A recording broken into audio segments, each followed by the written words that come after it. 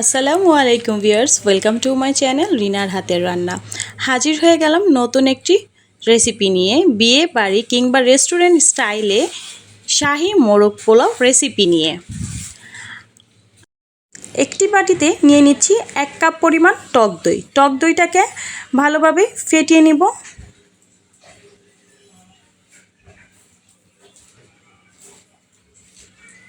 ফেটানো হয়ে গেছে। এখন এখানে আমি দিয়ে দিব 1 টেবিল চামচ মরিচের গুঁড়া আর দিয়ে দিচ্ছি 1 চা চামচ লবণ। এটাকে টক দইয়ের সাথে ভালোভাবে মিশিয়ে নিচ্ছি। মেশানো হয়ে গেছে। এখন এখানে মাংসগুলো দিয়ে ভালোভাবে টক দইয়ের সাথে মিশিয়ে নিচ্ছি। আমি এখানে 2টি আস্ত মুরগি নিয়েছি। 8 পিস মুরগির মাংস। আমি এখানে সোনালী মুরগি বা পাকিস্তানি মুরগি যা বলেন ওইটা নিয়েছি। আপনারা চাইলে ব্রয়লার মুরগি দিয়েও করতে পারেন। মাংসটাকে ভালোভাবে টক দইয়ের সাথে মিশিয়ে এটাকে আমি রেস্টে রেখে দিব 1 ঘন্টার মতো, ঢাকনা দিয়ে ঢেকে। এখন আমি পেঁয়াজ বেরেস্তা করে নিব।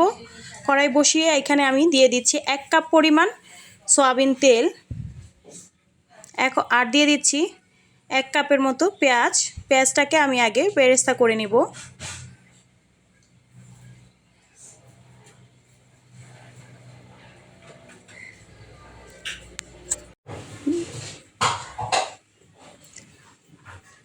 এই তো পেঁয়াজটা বেরেস্তা করা হয়ে গেছে। এখন এটাকে আমি তেল থেকে উঠিয়ে নিচ্ছি। উঠানো হয়ে গেছে। এখন এটাকে একটু আমি গুঁড়ো করে নিচ্ছি হাতের সাহায্যে। পেঁয়াজ বেরেস্তার সেই তেলটা দিয়ে এখন আমি মাংসটাকে রান্না করে নিব। দিয়ে দিচ্ছি 1.5 কাপের মতো পেঁয়াজ কুচি। পেঁয়াজটাকে আমি একটু ব্রাউন কালার করে ভেজে নিব মিডিয়াম টু লো হিটে রেখে। পেঁয়াজ বেরেস্তা করা হয়ে গেছে। এখন এ পর্যায়ে এখানে আমি গরম মশলাটা আগে ভেজে নিব। দিয়ে দিচ্ছি 6টি এলাচ, 10টি গোলমরিচ, 2টি তেজপাতা মাঝখান থেকে ছিঁড়ে, আর দারচিনি দিয়েছি 4 টুকরো। এখন এটাকে একটু তেলের সাথে ভেজে নিচ্ছি। দিয়ে দিচ্ছি আদা রসুন, 1 টেবিল চামচ আদা বাটা, 1 টেবিল চামচ রসুন বাটা। এটাকে এখন আমি তেলের মধ্যে ভেজে নিব। আদা রসুনের কাঁচা গন্ধটা থাকবে না এই তেলের মধ্যে ভেজে নিলে। একটু ভাজা হয়ে গেছে। এখন দিয়ে দিচ্ছি 6-7টি কাঁচামরিচ মাঝখান থেকে ফালি দিয়ে কাটা।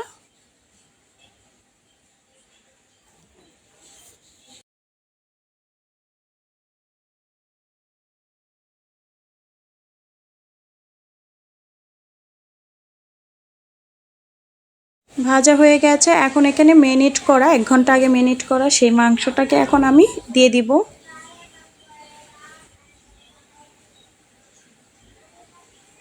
মাংসটা মেরিনেট করে রাখার সময় লবণ দিয়েছিলাম, তো এখন লবণ দিচ্ছি না, লাগলে পরে দিয়ে দিব।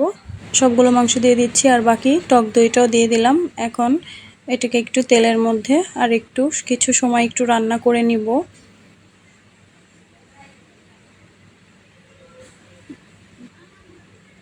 মিডিয়াম টু লো হিটে আমি এটাকে 3 থেকে 4 মিনিটের মতো একটু রান্না করে নেব। ফিরে আসলাম 4 মিনিট পর।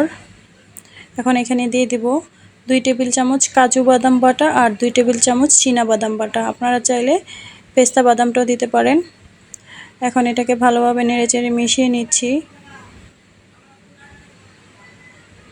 এই পর্যায়ে এখানে আমি দিয়ে দিচ্ছি 1/2 চা চামচের মতো জয়ত্রী বাটা আর 1/2 চা চামচের মতো জয়ফল বাটা। আপনারা চাইলে গুঁড়ো করে নিতে পারেন। এখন এটাকে ভালোভাবে নেড়েচেড়ে মিশিয়ে নিচ্ছি আর এটাকে আমি আরও 5 মিনিটের মতো রান্না করে নিব।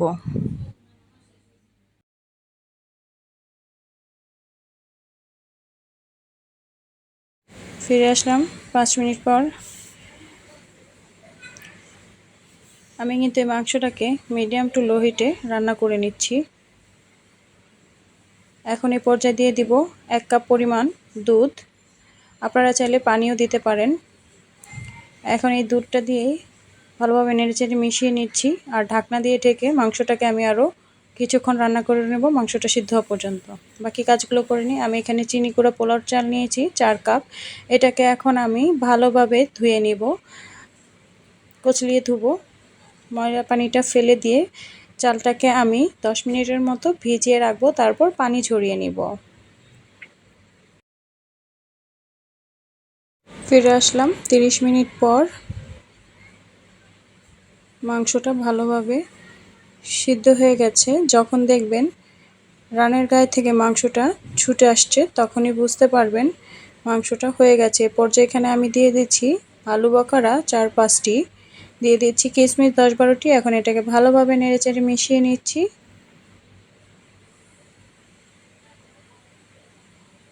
আর এ পর্যায়ে এখানে আমি দিব ডিম।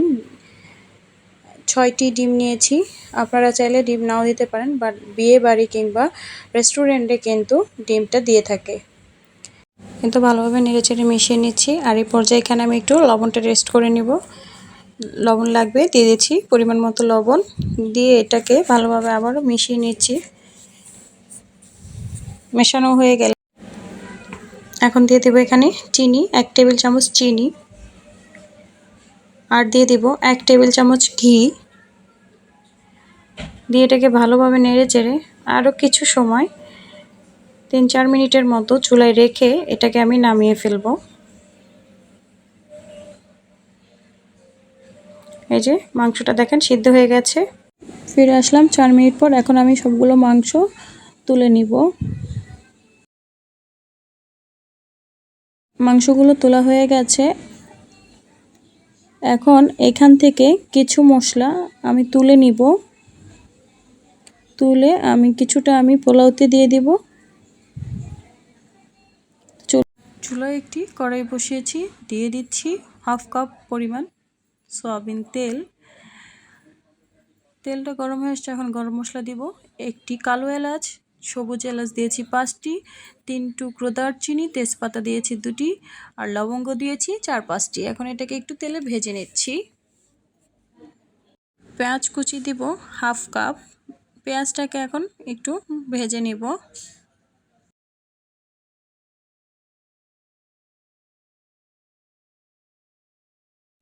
এতো পেঁয়াজটা ভাজা হয়ে গেছে। এখন পানি ঝরিয়ে নেওয়া সেই পোলাওর চালটা এখন আমি ঢেলে দিব।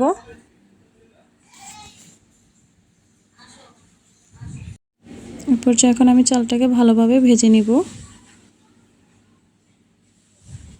চালটা অনেকটা ভাজা হয়ে গেছে। এই পর্যায়ে এখানে দিব শাহি জিরা। শাহি মোরগ পোলাও করব, শাহি জিরা না দিলে কি হয়। দিয়ে দিচ্ছি 1/3 চা চামচের মতো শাহি জিরা। এখন এটাকে আমি আরও কিছুক্ষণ ভেজে নিচ্ছি। প্রায় 10 মিনিটের মতো চালটাকে আমি ভালোভাবে ভেজে নিয়েছি। এই পর্যায়ে এখানে আমি গরম পানি দিয়ে দিব। আমি এখানে 7 কাপ পরিমাণ গরম পানি দিচ্ছি। মেজারমেন্ট কাপে 7 কাপ গরম পানি দিয়ে দিলাম। এটাকে ভালোভাবে নেড়েচেড়ে দিচ্ছি।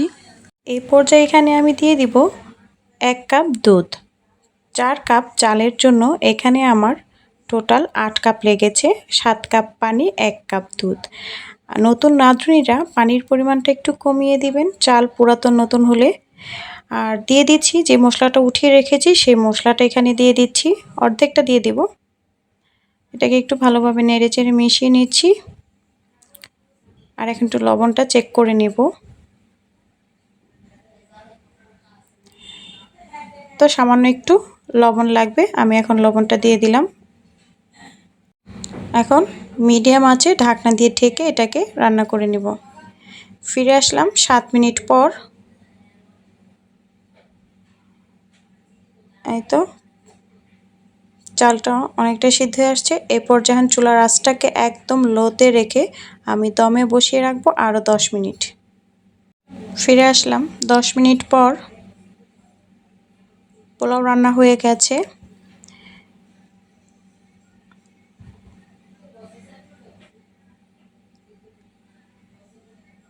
এ পর্যায়ে আমি অর্ধেকটা পোলাও উঠিয়ে নিব। এখন উপরে সবগুলো মাংস আমি দিয়ে দিব।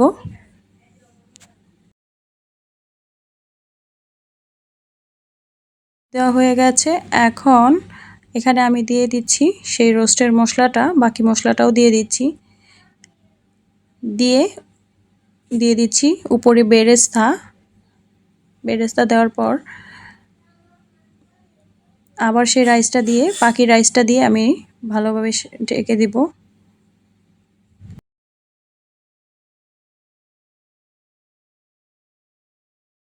সবগুলো রাইস দেওয়া হয়ে গেছে। এখন এখানে আমি দিয়ে দিব পেঁয়াজ বেরেস্তা আর দিয়ে দিচ্ছি 2 টেবিল চামচ ঘি। তারপর দিয়ে দেব এখানে হাফ টেবিল চামচ কেওড়া জল। কেওড়া জলটা অবশ্যই ইউজ করবেন। আর এখন এটাকে আমি ঢাকনা দিয়ে ঢেকে আরও দমে বসিয়ে রাখবো। ফিরে আসলাম 25 মিনিট পর। এখন আমি এটাকে তুলে দেখাচ্ছি, একটা প্লেটে তুলে নিচ্ছি। রান্না হয়ে গেল বাবুর্চি স্টাইলে সেই বিয়ে বাড়ি শাহী মোরগ পোলাও। আপনারা অবশ্যই বাসায় ট্রাই করবেন এবং ডিসক্রিপশন বক্সে আমি সবগুলো উপকরণ লিখে দিয়েছি, দেখে নেবেন। এবং আমার এই রেসিপিটি যদি ভালো লেগে থাকে তাহলে অবশ্যই লাইক, কমেন্ট অ্যান্ড সাবস্ক্রাইব করবেন। পাশে থাকা বেল আইকনটি প্রেস করে রাখবেন, নতুন নতুন ভিডিও পোস্ট করা মাত্রই নোটিফিকেশন চলে যাবে। ভালো থাকবেন সবাই, আল্লাহ হাফেজ।